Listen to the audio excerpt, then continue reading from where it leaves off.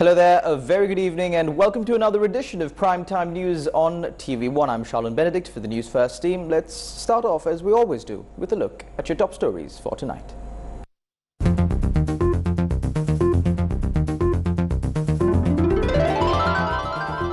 Treat asymptomatic COVID-19 patients at home.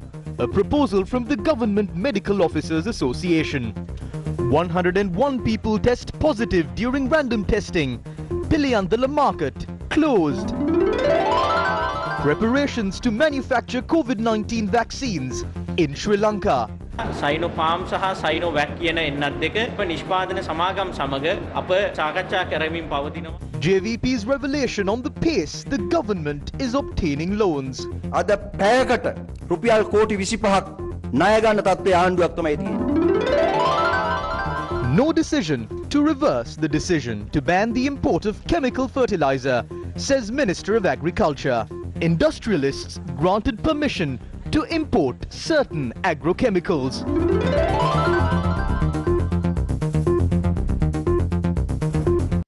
of May 2021. What is the latest information available on the Indian variant? What are the new areas that have been isolated and which areas have been released from isolation? How can pregnant mothers be protected? What is the latest situation on the vaccination program in Sri Lanka? What happened in Piliyandala? Public health officials today closed down the Piliyandala market complex until further notice. The market complex was closed down after a number of vendors at the marketplace tested positive for COVID-19. 101 COVID-19 patients were identified during random tests conducted at the Piliyandala marketplace. The entire Piliyandala police jurisdiction was placed under isolation recently, but the decision was reversed shortly afterwards and the isolation status was lifted. Meanwhile, the Health Services Director of Colombo, ADA Jayatilaka, said that a councillor of the Casabava Municipal Council tested positive for COVID-19. Health sector officials visited the Municipal Council to inspect the manner in which operations are being carried out.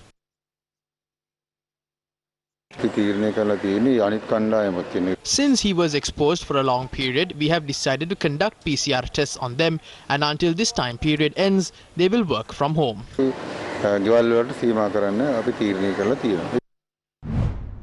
Areas placed under isolation today. 21 Gramaneladari divisions in the Ratnapura and Noor Elliot districts have been placed under isolation. Accordingly, the Dolakanda, Rambuka, Katlana, Tanabela, Ilambukanda and Potupitiya Gramaneladari divisions of the Ranavaka police jurisdiction in the Ratnapura district, the Panapola, Kudumiriya, Kudava, Delgoda East, Delgoda West, Daulagama, Gangalagamuwa, Koswatta, Papasarakanda, Vaturava, Vembiyagoda, Veddagala East, Veddagala West and Kalavana West Gramaneladari divisions in the Kalavana police jurisdiction of the Ratnapura district and the St. Kubas estate in the Lindula police jurisdiction of the Nurelia district were placed under isolation since 6:30 this morning. The isolation status of the Narampitiya Gramaneladari division of the Panudura police jurisdiction in the Kalutara district was lifted since this morning. What is the current situation in Sri Lanka? 1,732 new COVID-19 infections were identified today. The total number of COVID-19 cases in Sri Lanka rose to 124,966. 22 COVID-19 deaths were reported yesterday. 6 of the deceased were women. This brings the death toll in Sri Lanka to 786. The Health Ministry said that 1,395 COVID-19 patients were discharged after making a full recovery today.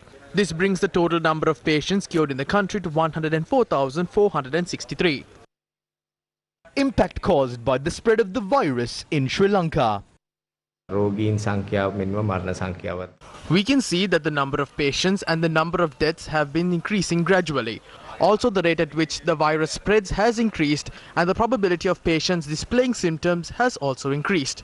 When we consider all these facts, we can conclude that the situation in the country is not positive. What is the reason for the increase in the number of fatalities due to the UK variant of the virus? Now in this third variant, what we see mostly is as a complication, we see pneumonia, which can affect both lungs. It can affect elderly as well as young who have been otherwise healthy earlier. Initially in other countries, there were reported cases of blood clotting, especially heart attacks and strokes reported as a result of blood clotting due to this virus. But in this third wave in Sri Lanka, we don't see such complications. Mainly, most patients die of this COVID pneumonia. The preparedness at hospitals. The government and the number of other parties are attempting to increase the capacity of hospital beds. Although this would help the patients, this will bring about a number of other issues due to the limited number of staff and equipment that are available. The risk faced by pregnant mothers. We know that if a pregnant mother contracts this virus 28 weeks into a pregnancy, it could affect the child. The virus has spread to a pregnant nurse at the Ragama hospital. A pregnant nurse at the Trincomalee hospital has also contracted the virus. Not only pregnant nurses, many other pregnant women have contracted the virus. The government must pay special attention to protect these pregnant women from the virus. Will a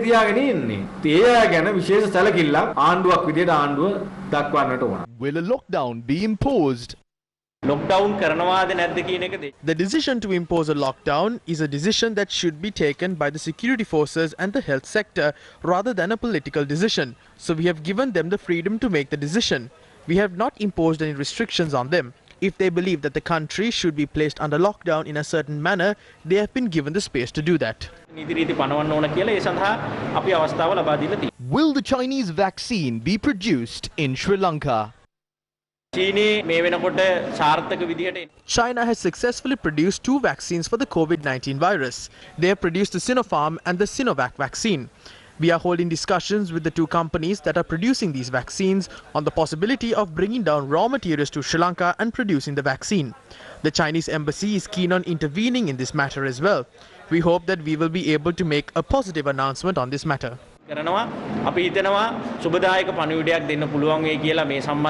Responding on Twitter to a tweet posted by a Sri Lankan, the Chinese embassy in Sri Lanka said, quote, "The embassy is working closely with Sri Lankan authorities to encourage biotech companies from China and Sri Lanka to collaborate on vax filing lines in the island," unquote.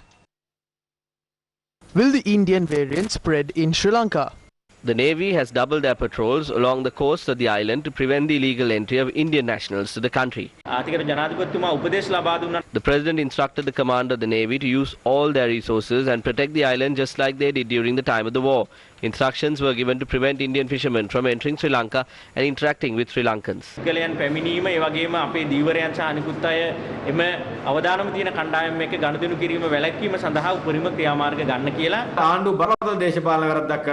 The government made a massive political mistake by bringing Indians to Sri Lanka for quarantine. Why wasn't entry to Sri Lanka banned to Indians? Are you afraid of India? They gave the West Container Terminal to India instead of the East Container Terminal and appeased them. They brought down Indians to quarantine in Sri Lanka and then made a business out of it. So it is clear that the COVID-19 virus has been brought to Sri Lanka willingly by the government. We would like to clearly state that the third wave of the pandemic in the country was a result of the mistakes of this government.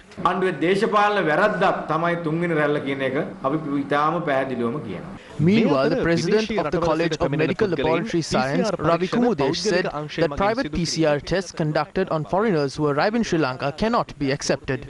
If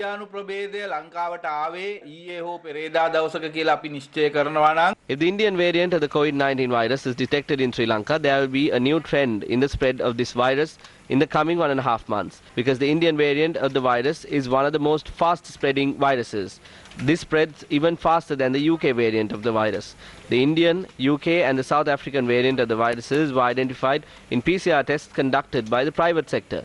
But the Ministry of Health cannot coordinate with the private laboratory and gather information on how many infections are identified, how many close contacts they have, what country did they come from, how did they narrow down these samples to test for a variant, and how many samples were not tested for the variant?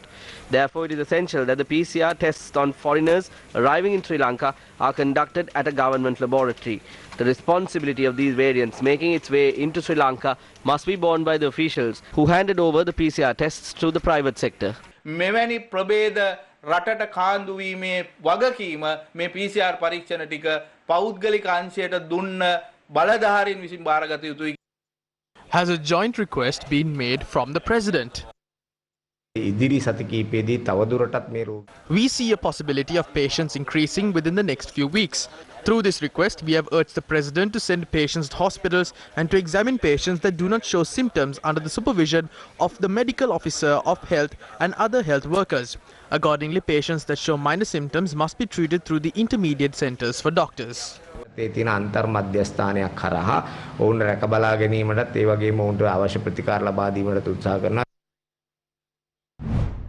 Police operations were conducted to identify individuals who are flouting COVID-19 regulations. Police operations were carried out in Gampola for the fourth consecutive day. As of now, 330 individuals who violated health regulations were arrested by the Gampaha police. Meanwhile, a special operation was carried out in Yatiantota. During the operation, buses travelling from Colombo to Hatton were inspected. According to the police, court cases were filed against those who failed to wear face masks.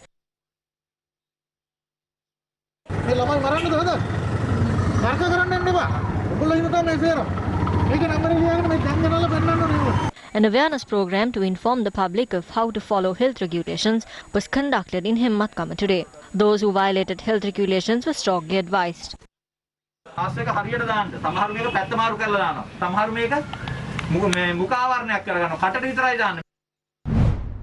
The vaccination of the general public with the Sinopharm vaccine that was received as a donation from the Chinese government took place in several areas today. The National Medicine Regulatory Authority approved the Chinese Sinopharm COVID-19 vaccine for emergency use in Sri Lanka last evening. The vaccine was administered to 1,000 people in the Gurugoda Gramniladari division in Horana at the Mulberry Temple today. Meanwhile, the Sinopharm vaccine was administered to residents of 6 Gramniladari divisions in the Gampaha Municipal Council today. Accordingly, a total of 600 doses of the Sinopharm vaccine was administered today. As of today, a total of 3,158 people have received the first dose of the Sinopharm COVID-19 vaccine, while 2,435 have received both doses. Residents of Panadura Kadavidya and Kadavidya North were also vaccinated today. Our correspondent said a large number of people residing in the vicinity of Panadura had gathered opposite the MOH's office after they were notified that the vaccine will be administered. Police were also deployed to control them.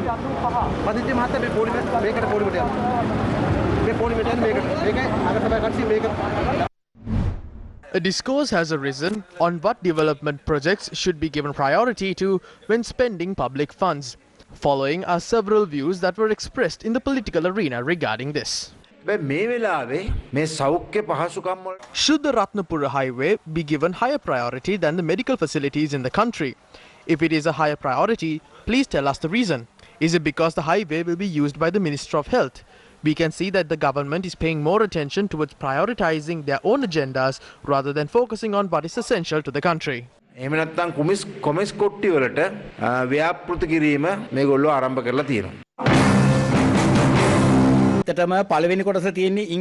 first phase of this project runs only to Ingiriya, which is a 25-kilometer stretch.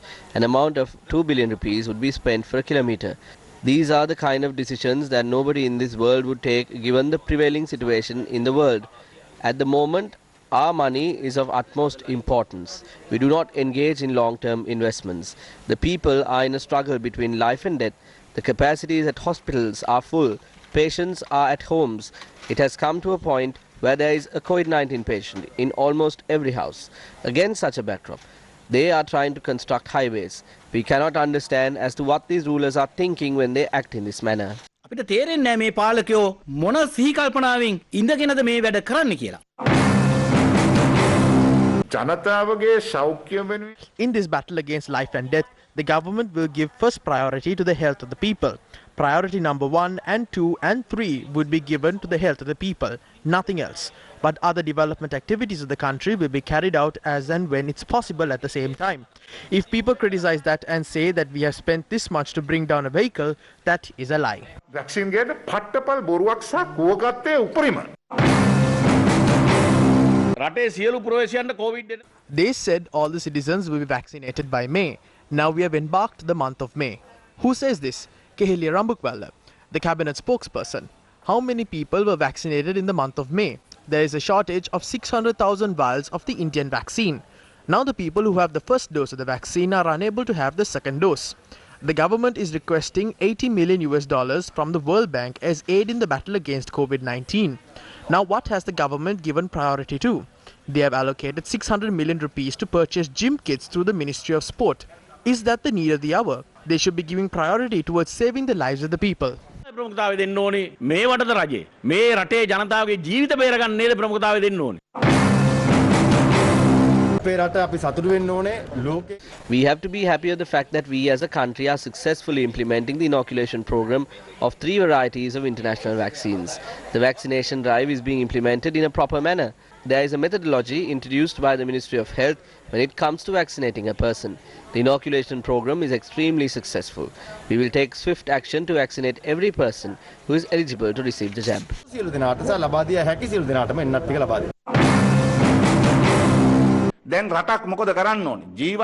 What should a country do against a situation like this?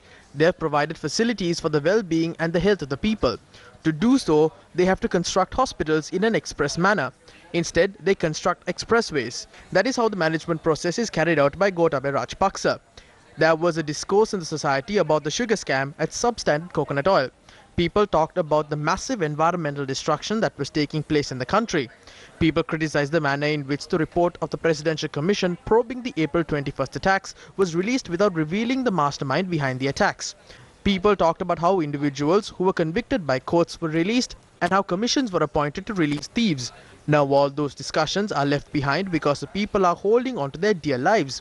The government has to stop collecting commission by laying foundation stones to highways and start laying foundation stones to hospitals to save lives.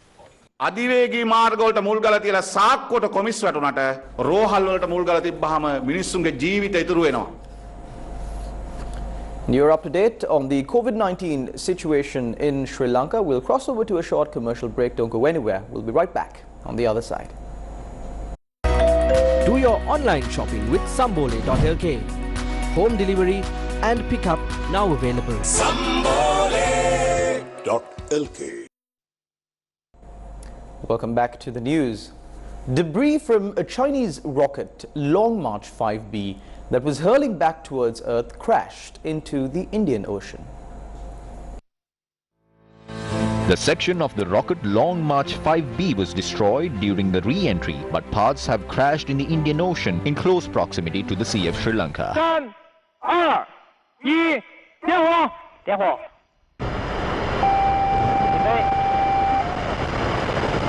！1零11时23分15秒613毫秒。 The Long March 5B was launched by China on the 29th of April, carrying the first section of the space station China expects to establish in the year 2022. The rocket was launched from the Wenchang Space Launch Center. The 21-ton rocket later spiraled out of control. Scientists suggested that the debris of the rocket will crash on Earth during the weekend.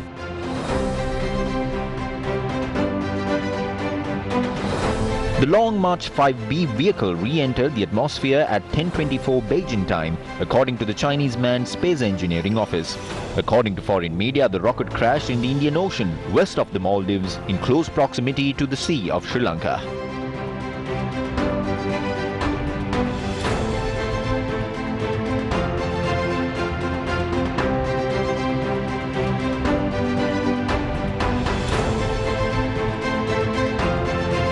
It's not unusual for a lower stage of a rocket to get burned during its first flight after getting separated from the second stage due to the first orbit itself. But in this case, this went right into the orbit. So coming down, The practice that is being increasingly followed by various other operators by this time is that they have some control mechanism to direct the rocket part or that large parts of debris safely into an uninhabited area or to the sea. But in this case, that was not there. So this was the main reason why this drew a lot of criticism. The uncontrolled return of the rocket led to pointed criticism from the US amid fears that it could land in a populated area. Responding to the incident, NASA Administrator Bill Nelson said in a statement, and I quote, "Spacefaring nations must minimize the risks to people and property on Earth of re-entries of space objects and maximizing the transparency regarding those operations," end quote. Chinese Foreign Minister Wang Yi is due to arrive in the country next month. Upon inquiry, a spokesperson of the Chinese embassy in Sri Lanka said that an official notice regarding the matter has not been issued. The Chinese Foreign Minister has engaged in a telephone conversation with Foreign Minister Dinesh Gunawardena on the 24th of February. During the phone call, attention has been given to develop strategic relations between the two countries. Meanwhile, the Supreme Court ruling on the Colombo Port City Special Economic Commission bill will be presented to Parliament on the 18th of this month. The ruling was handed over to the Speaker of Parliament on the 5th. However, several factions point out that the Colombo Port City Special Economic Commission bill is harmful to the country. The government had a strong urge to present this Port City Economic Commission bill to Parliament before the Chinese Minister of Defence arrived in the country. What is to happen next? The Minister of Foreign Affairs of China will arrive in the country at the end of this month or during the start of next month. Now the government is gearing up to pass this bill before he arrives in the country. On the 18th, the Speaker will announce the decision made by the Supreme Court. And on the 19th, it will be taken up for debate. And by the evening of the 19th, it will be passed. We would like to ask the question as to whether our country is in a position to pass the Port City Economic Commission bill, which is detrimental economically and diplomatically. බරපතල පනතක් සම්මත කරගන්න අවස්ථාවකද අපේ රට දැන් තිබෙන්නේ. අපි දැක්කා පෞගී කාලේ We saw how the vessel carrying radioactive materials was sent back thanks to the laws that are in effect in this country. But in this particular situation, we cannot abide by that. We do not know whether this is an endeavor to wage war against India or the United States. We do not know whether this is an attempt to set up independent military camps for the sole purpose of warfare. කඳුරු පිහිට වයිද කාටවත් එහෙම නැහැ කියන්න බෑ. චීනට අවශ්‍ය කරන හමුදා කඳුරු මේක ඇතුලේ හදයිද කියලා කාටවත් එහෙම කියන්න බෑ. ආයෝජනය කරන්න සුදුසුම රටවල් අතරින් We are not considered to be among the countries that are most suitable for investments. We are in the 99th position. If a person is willing to visit the country, we must provide the relevant facilities. What happened to the Hambantota port during the good governance regime will not happen under the present regime. The port city will not be sold off to anyone. All necessary steps have been taken to attract investments and inflow of money. මුදල් ගලා යාමට අවශ්‍ය වන සියලු කටයුතු සංවිධානය කරලා තියෙන්නේ. The government is eagerly preparing to sacrifice the future of this country to China for political gains. The city that is being built will be a hub for money laundering. The city that is being built here is the biggest haven in the world for criminals. What is being built here is a city for the biggest racketeers in the world. විශාලතම ජාවාරම් කරන ජාවාරම්කාරයන්ගේ ෂේම භූමියක් වෙච්ච නගරයයි. Colombo post සිටි හදනවා. මුහුදේ ගෙවල් හදන්න හදනවා. නමුත් මේ ගොඩබිමේ ඉන්න මිනිස්සු ඉටේදී වහගෙන තෙමෙනවා.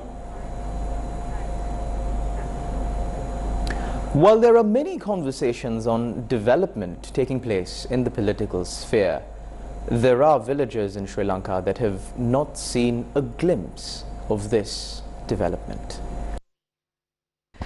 The Dimbuldena village is home to about 48 families and is located near the Nilgala Reserve in the Monragala district. There are no proper roads to travel to this village. The main livelihood of these people who have settled in this village around 1971 is farming. Each night they have to climb atop trees and hide in makeshift tents to protect their lives, their cultivation, and most importantly, the lives of their children from wild elephants.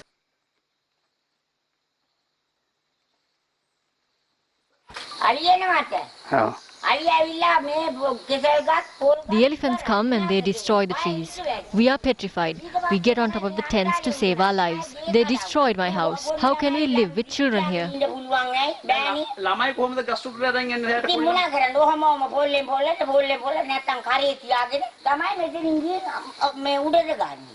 Wild elephants would surround this village by evening, and there are numerous instances where the residents of this village have faced near-death experiences. These villagers do not have proper houses to live in. The houses that they live in are dilapidated to the extent where water would leak in through the roof when it rains. They do not have clean water to drink as well. They cover their houses using polythene sheets. They do not have money to build houses. They live off their cultivations. Port cities are being constructed. Houses are being built in the sea. But people living on land cannot live properly. Water would leak through the polythene sheets. There is nobody to pay attention to these people. Even if they come here, they would be traveling by air. They come here during the election. There are no roads. There is no way to take a patient to a hospital. The patient would die by the time they reach the junction. There is no electricity here. The people have to live on trees because of wild elephants. It is painfully sad and nobody cares. The politicians would come here and lay out their plans, but nothing happens in real life. We do not have a way to send our children to school. Even though everything around them seems to be falling apart, the people living here have a strong will that they can come out of this situation. They dare to dream.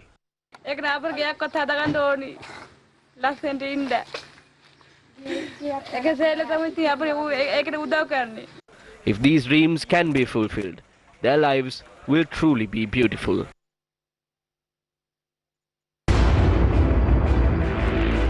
News First, the voice of the people.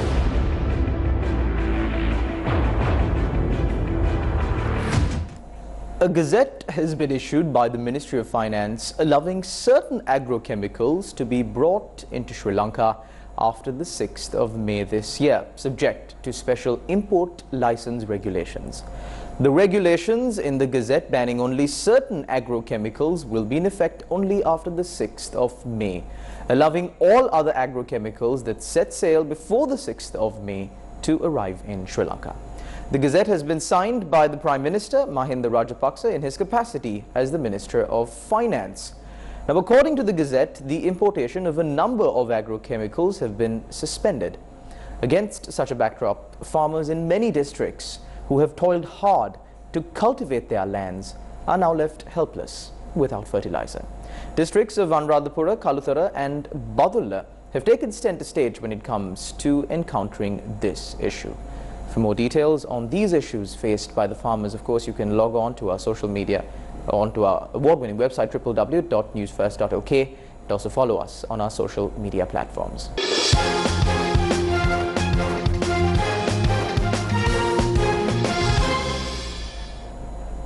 In your sports news tonight, athlete Ushantivanka Pereira set a new South Asian record and a Sri Lankan record in the high jump event.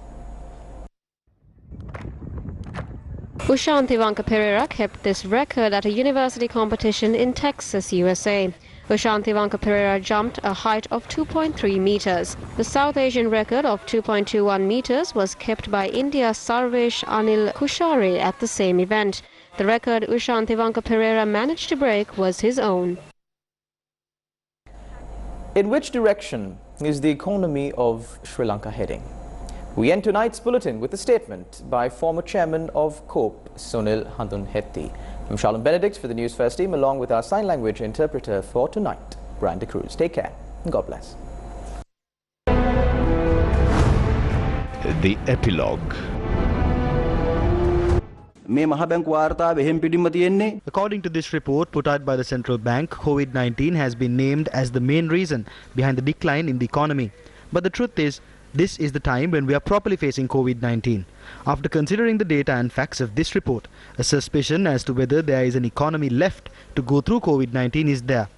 Within a year, the total debt of the country has risen by 2.27 trillion. From 1948 to 2005, the debt was 2.22 trillion. But now, within 2020, the government has accumulated debt worth 2.2 trillion. Today, the government takes 250 million rupees of debt for an hour. The money that can be spent on the country's development and public production is used to ensure the government's survival. If the government is saying that we must build an economy that can face this, we can see that the economy is in a dire state. අද වෙනකොට අපිට පේන්නේ එවැනි ආර්ථිකයක් හදා ගැනීම තියා අඩුතරම හිතන්නවත් පුළුවන් මට්ටමක තියෙනවා කියලා.